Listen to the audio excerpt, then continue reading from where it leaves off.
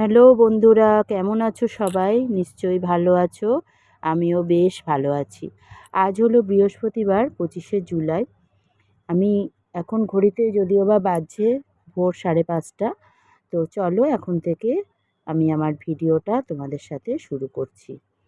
তো সকালবেলা প্রতিদিনের মতোই আজকেও দাদা ডিউটি যাবে, তার জন্য বাসি কাজকর্ম সেরে নিলাম। নিয়ে একেবারে যোগা ক্লাসে যাব বলে জামাকাপড়টাও পরে নিলাম। কারণ নাইটিটা আর পরলাম না, কারণ ওটা আবার ছেড়ে 1 ঘন্টা বাদে পরতে হবে। তো এনার্জি লাগবে না বলে আমি একবারে পরেই রান্নাবান্নাটা সারছি। তো আজকে রান্না করব হচ্ছে আলু পটল দিয়ে পাতলা করে রুই মাছের ঝোল, তার সাথে চিচিঙ্গা ভাজা, আর ব্রেকফাস্টে হবে হচ্ছে রুটি আর আলু কুমড়োর তরকারি। আজকে আমি রান্না করতে করতে তোমাদের সাথে বেশ কিছু গুরুত্বপূর্ণ বিষয় আলোচনা করব।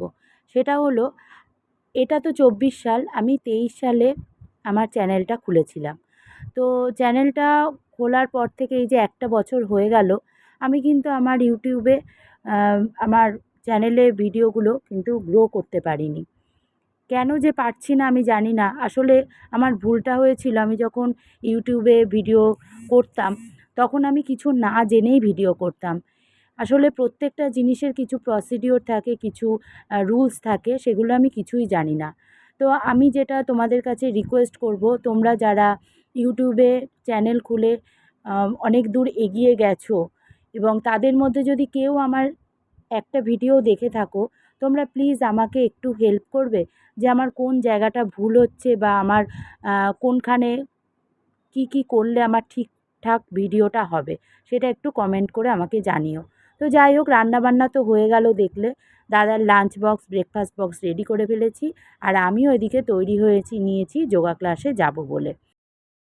তো আমি যেটা বলছি, আমি ভীষণভাবে চেষ্টা করি ভিডিওতে প্রচুর পরিমাণে এফোর্ট দেওয়ার, কিন্তু কিছুতেই কিছু হচ্ছে না। কেন হচ্ছে না, যদি তোমরা কেউ জেনে থাকো আমাকে একটু সহযোগিতা করো না প্লিজ। আমি শিখতে চাই গো, তোমাদের কাছ থেকে অনেক কিছু শিখতে চাই। আর রেগুলার এই যে কাজকর্ম আমরা তো সবাই করি বলো, কাজকর্ম, ঘরের রান্নাবান্না, প্রত্যেকের প্রতি দায়িত্ব কর্তব্য পালন করা, এটা তো ভিডিও করে দেখানোর কিছু নেই বলো। তো ওর জন্যই আমি ভিডিওটা করি, এই কারণেই যে তোমাদের কাছে আমি আমার কাজের সমস্ত ভুল ঠিকগুলো শিখতে চাই। তো চলো, টুকটুকি করে পৌঁছে গেলাম যোগা ক্লাসে। এই হলো আমাদের যোগা ইনস্টিটিউট। তো এবার যোগা ক্লাসে এসে শুরু করে দিলাম ওয়ার্কআউট করা। আজকে আবার জুনের পড়া ছিল সায়েন্স। তো ওর 9টা নাগাদ ছুটি ছিল, দিয়ে এসেছিলো তো তোমাদের দাদা, তো নিয়ে এসছে মুন। তো সেই জন্য আমার চিন্তা ছিল না আর কি, একেবারে কমপ্লিট করেই এলাম, নালে হয়তো হাফ যোগা করে আমাকে চলে আসতে হতো ওকে আনতে যাওয়ার জন্য। তা যাই হোক, ও মুন আবার বোনকে আনার সময় দেখো পরোটা আর ছোলার ডাল কিনে এনেছে। তাই মেয়েদের খুব বকাবকি করছি যে তুই কেন নিয়ে এলি, আমি তো সকালবেলা ব্রেকফাস্ট করে রেখেই গেছি। তো মনে হয় খেতে ইচ্ছা হয়েছে। আজ যেহেতু বৃহস্পতিবার, আজকে ঘট পাল্টানোর ব্যাপার আছে। আজকে পাঁচালি পড়া আছে, যেহেতু পুজোতে একটু দেরি হবেই। তো তার জন্য মেয়েদেরকে বললাম যে আমার পুজো করতে দেরি হবে, আমার জন্য আর অপেক্ষা না করে তোরা দুজনা ভাত বেড়ে খেয়ে নিস। এখন তো বাজে বিকেল 5:30 মতন। তো আমি ঘুম থেকে উঠে দেখছি মুন জুনকে পড়তে দিয়ে এসছে। 5টার সময় জুনের পড়া ছিল, তো ও জুনকে পড়তে দিয়ে ফেরার পথে নিয়ে এসছে ফুচকা। ও কলকাতাতে নাকি পেঁয়াজ দিয়ে ফুচকা খায়। তো সেই অভিজ্ঞতাটা এবং সেই টেস্টটা আমাকে খাওয়াবে বলে বাড়িতে ফুচকা কিনে নিয়ে এসছে। সাথে পেঁয়াজটা দিয়ে আলুটা মাখবে, মেখে আমাকে ফুচকা খাওয়াবে। তো চলো ওর হাতের ফুচকাটা খেয়ে দেখি কেমন টেস্ট। তো সত্যি বলছি বন্ধুরা, আমি পেঁয়াজ দিয়ে আলু মাখা দিয়ে এই ফুচকা খাওয়া কোনো দিন খাইনি। কারণ সেই সুযোগটা আর কি কখনো হয়নি। কলকাতায় এর আগে অনেকবারই গেছি, কিন্তু জল ফুচকাই খেয়েছি। তো সত্যি বলছি, এত সুন্দর খেতে, কি বলবো, মানে সত্যি একটু অন্যরকমই লাগলো। এদিকে মুন একটু পড়াশোনা করতে বসেছে। আসলে ওর সামনে কিছু নার্সিং এক্সাম আছে, যেগুলোর জন্য ওর প্রিপারেশনের দরকার, তাই ও পড়তে বসেছে। মুনতো জুনকে আনতে গেল, আর আমি সেই ফাঁকে একটু সন্ধে দিয়ে নিই। আসলে সারাদিন কাজের পরে না এই সন্ধেবেলাটা কাজের চাপটা বেশ কম থাকে জুনকে আনা ছাড়া। তো জুনের তো রেগুলারই যে পড়া থাকে তা নয়। তো যেদিনকে ওর থাকে না পড়া, সেদিনকে আমি সন্ধেবেলাটায় একটু ঠাকুরের কাছে বেশ কিছুটা সময় কাটাই। মনে হয় যে একটু ঠাকুরের নাম গান করি, একটু তার কাছে বসে মনের কিছু কথা শেয়ার করি। দুপুরবেলা পুজো দিতে যেহেতু আমার একটু দেরি হয়ে যায়, তার জন্য আর ঠাকুরকে দেয়া ভোগ প্রসাদগুলো তোলা হয় না। ওইটা একবারে সন্ধে পুজো যখন দিতে আসি, তখন একেবারে ঘরটা মুছে থালা বাসনগুলো সরিয়ে নিই, নিয়ে তারপরে সন্ধ্যা প্রদীপ জ্বালাই। আসলে ধূপকাঠিটা ফুরিয়ে এসেছে, তার জন্য কি করব, তাই ভাবলাম যে আমার তো ধুনোর ধূপ কেনা থাকে, ওইটা একটা জ্বালিয়ে দিই। তা ওটার মধ্যে একটু কর্পূর দিয়ে দিলাম। কর্পূর দিলে পরে দেখছো পিঁপড়েগুলো সব কি সুন্দর প্রসাদের থালা থেকে সব সরে সরে যায়। কর্পূরের গন্ধ নাকি পোকামাকড় সহ্য করতে পারে না, তাই জন্য এই ধুনোর ধূপটা আমি মাঝে মধ্যে জ্বালাই। সবসময় নয়, ধূপকাঠি থাকলে আর জ্বালাই না, তো নেই বলেই জ্বালাচ্ছি। তো এই জিনিসটা এত ভালো, আমরা যে ছোবড়ার ধুনো দিই না, সেটা যেরকম জ্বালালে চতুর্দিকে ওই ছিটকে ছিটকে সব পড়ে যায় আর কি ছোবড়াগুলো। আর এটা এত সুন্দর, এটা যতক্ষণ জ্বলবে, যতক্ষণ না শেষ হচ্ছে ততক্ষণ ওই জায়গাতেই ওটা ধুনোটা হবে। আর যেই শেষ হয়ে যাবে, তখন ঠিক ওই জায়গাতেই ওইটুকুর মধ্যেই ছাইগুলো পড়ে থাকবে।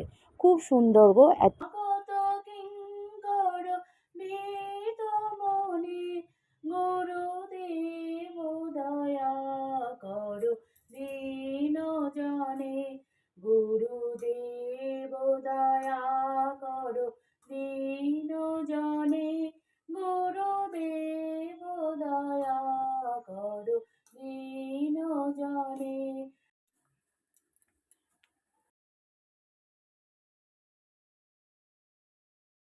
কি এনেছে বাবা? নাচন কোদনের শেষ নেই। আরে আর ভালো লাগে না। 8:30 9:15টার সময় এটা খাবো, আমাকে ডিনারের জন্য কেউ কল করবে না। ও বাবা, আমার বুড়ো দেখ মুখ চোখের কি অবস্থা। বাবাকে এই শরবতটা ভিজিয়ে রেখেছি দে। মা সেই দুপুরবেলার পর থেকে নড়ছেই না। নড়বও না। ভাবলাম মেয়েরাই এই কাজটা করবে, কিন্তু হলো না, আমাকেই উঠতে হলো। তো চলো এখন দাদাকে একটু ঠান্ডা ঠান্ডা শরবত দিই। যে দেখো দাদা অফিস থেকে আসার সময় এই চাপাটি আর আলুর দম এনেছে। এটাই মেয়েদের হয়ে যাবে, ওরা রাত্রিরে আর ভাত টাত খাবে না। আর আমাদের কি করব দেখি। এইটুকু ভাত পড়ে আছে, একটু ভাত বসাবো। আর এদিকে একটু মাছ বিকেলবেলা জাল দিতে গিয়ে একটু বাথরুমে গেছিলাম, সেই ফাঁকে দেখো ঝোলটা শুকিয়ে কি অবস্থা। তো এই ঝোলটাকে আর একটু মশলাপাতি দিয়ে একটা ঝোল বানিয়ে নেব। ব্যাস, আমার আর দাদার মাছের ঝোল ভাত দিয়ে হয়ে যাবে। ছোট মেয়ের খাওয়া হয়ে গেছে, এটা বড়টার খাবার বেড়ে নিলাম। চলো ওকে একটু দিয়ে আসি। এনে আমি তো খাওয়া হয়ে গেছে। কি এইটুকু খা। আরে আলু ঝোল চাইলো, ওকে এই সমস্ত দিয়ে দিই। আমি তো দুটোর সাথে খাই। তাহলে যা খাবি খা, যা খাবি খা। তো নিয়েছি। ঠিক আছে, যা খাবি খা। আলুর ঝোলটা খাবি বলছিস, তা খা। আর এগুলো কে খাবে তাহলে? ওগুলো আমি খেয়ে নেবো কোনো। আলু খাবে। কি বলছিস? এদিকে আবার আমার শাশুড়ি মা তোমাদের দাদার হাত দিয়ে এই দেখো খিচুড়ি ভাজা তরকারি সব পাঠিয়ে দিয়েছে। এবার খাবো, কে যে কি খাবো সেটাই বুঝতে পারছি না। আর আসার সময় নিয়ে এসছে, এটা কি লাউ ডগা নিয়ে এসছে। তাই রে, সবজি সব আছে তো, আবার দেখতে হবে।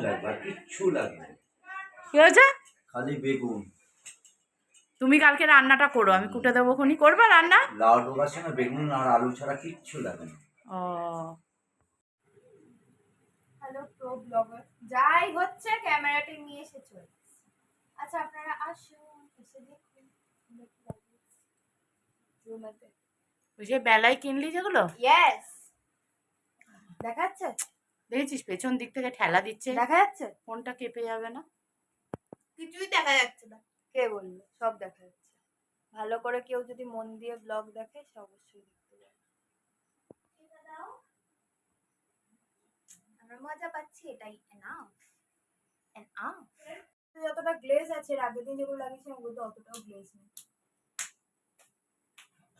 দেখলে দেখলে না বন্ধ তো। তো বন্ধুরা, খাওয়া দাওয়া তো হয়ে গেল।